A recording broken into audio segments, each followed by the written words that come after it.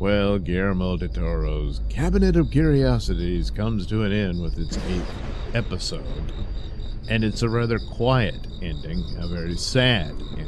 And a lot of times I've kept finding myself come to this conclusion when I'm doing reviews for horror movies. More times than not, the ultimate horror is revealed to be sadness. It's because there's, of course, terror and the fear for your life and all of that, but it's also the fear of what you'll lose beyond your life. It could be the lives of others ultimately, and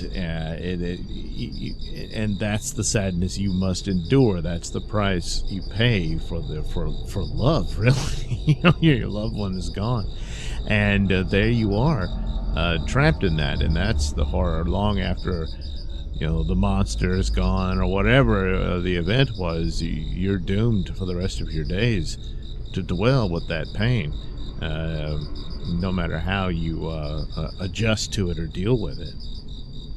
And such is the case here in The Murmuring, which features the story of two ornithologists, of bird people. They study birds, they're bird watchers, but they do it for a museum and all this stuff, and this is their occupation, and obviously the profession brought them together and whatnot. But at the outset, they've suffered a great loss.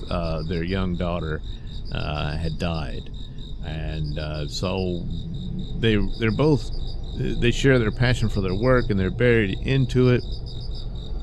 But they've been greatly wounded and hurt by what happened. And but at the same time, they're dealing with it rather differently. The husband is, he's trying to be supportive of his wife, but at the same time, he's reaching out to her. He needs her. He needs her love and companionship and everything, because the pain. Whereas both of them are taking to the work, of course, but she's rather cold and cut off and everything, and terrified of feeling anymore because of what's happened and all that. But for the purposes of the episode, they get this job, if you will, to go study the birds. And they go to this island, and turns out there's this house there, and the guy sets them up and says, hey, you don't have to go. A lot of times they go camping and live in a tent or whatever doing their work, but here they've got a nice house, and they can sleep there and then go study the birds as they go. And as they're going, the birds actually come to them in some cases. There's this attic, and there's a bit of a hole in the roof, and the birds come in, and she's all fascinated. But he does a lot of the photography of them. She does recordings of the birds, and she starts hearing messages. So it's a haunted house story, and the house has a past. She starts to dig into that, and a terrible tragedy happened where there was this woman who had an affair with a man. She bore him a child, but he had no real interest in either of them. He was just in it for the fun, and then he split. And so, of course, the woman's brokenhearted, and something terrible has happened, but we don't quite know what yet. Well, I'll be spoiling it. This woman apparently went insane and ended up drowning her own son over her broken heart, being left alone, and took it out on this poor kid. And it was all a horrible thing. The guy who set them up said, we've all moved on, we don't want to think about it anymore. But she is, Nancy is the woman, the ornithologist, and she's seeing the ghosts, she's hearing them, and all this stuff. And now but it's such a terrible story, they didn't want to deal with it.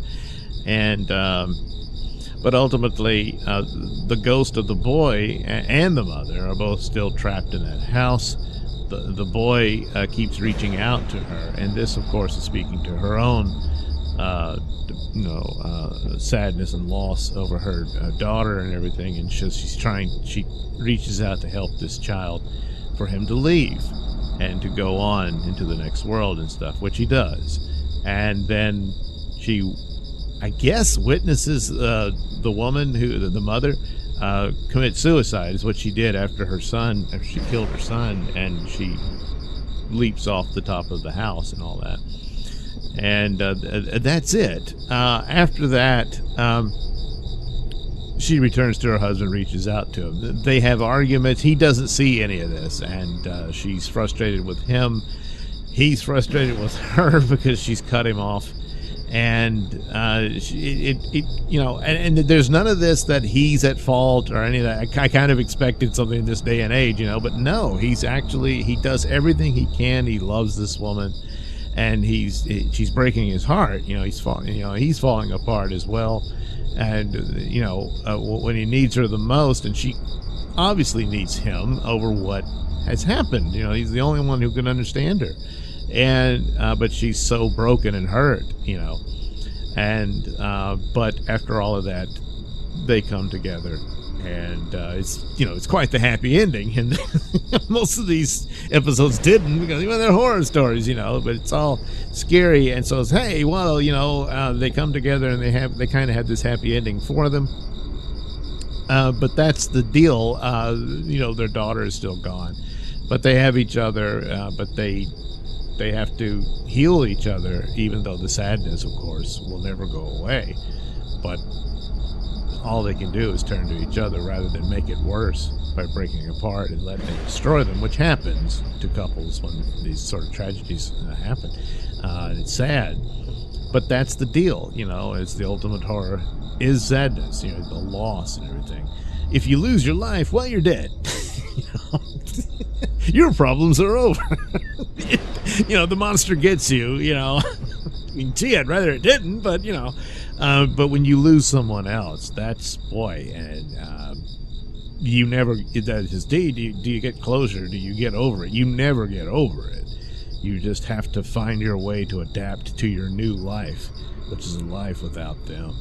And that's why it comes to that. I see it as the ultimate horror, and it's a horror we're all going to go through in some form or fashion. And it's unfortunate, but that's how it goes, And so this was it's rather, like I said, it's kind of quiet. There are the skier scenes in it when the ghosts attack her and all this sort of thing, but at the same time, it's very, very powerful in the delivery. And so this is one of the good ones and a great one to end on. I still kind of favor the autopsy episode as the best of the batch, but this one's really good. The Dreams in the Witch House, I think, is a contender there for being really good. And a couple of others are just notable because they're very entertaining. I still say the viewing was probably the least of the batch. So, but overall, somewhat hit and miss, but there's cool elements in all of them. So, 3 really good ones out of 8. I guess it's not too bad. But overall, not bad. And I wouldn't mind to see them try another season. So maybe we'll get that. Otherwise, check it out. See what you think. And a lot of this stuff is subjective. Some of the episodes I didn't think were all that strong. You might think differently, and so on and so forth. So it's got a lot of creepy wonder to it. If you want to put it that way. But I'm not, I don't feel like I wasted my time sitting through Guillermo del Toro's Cabinet of Curiosities.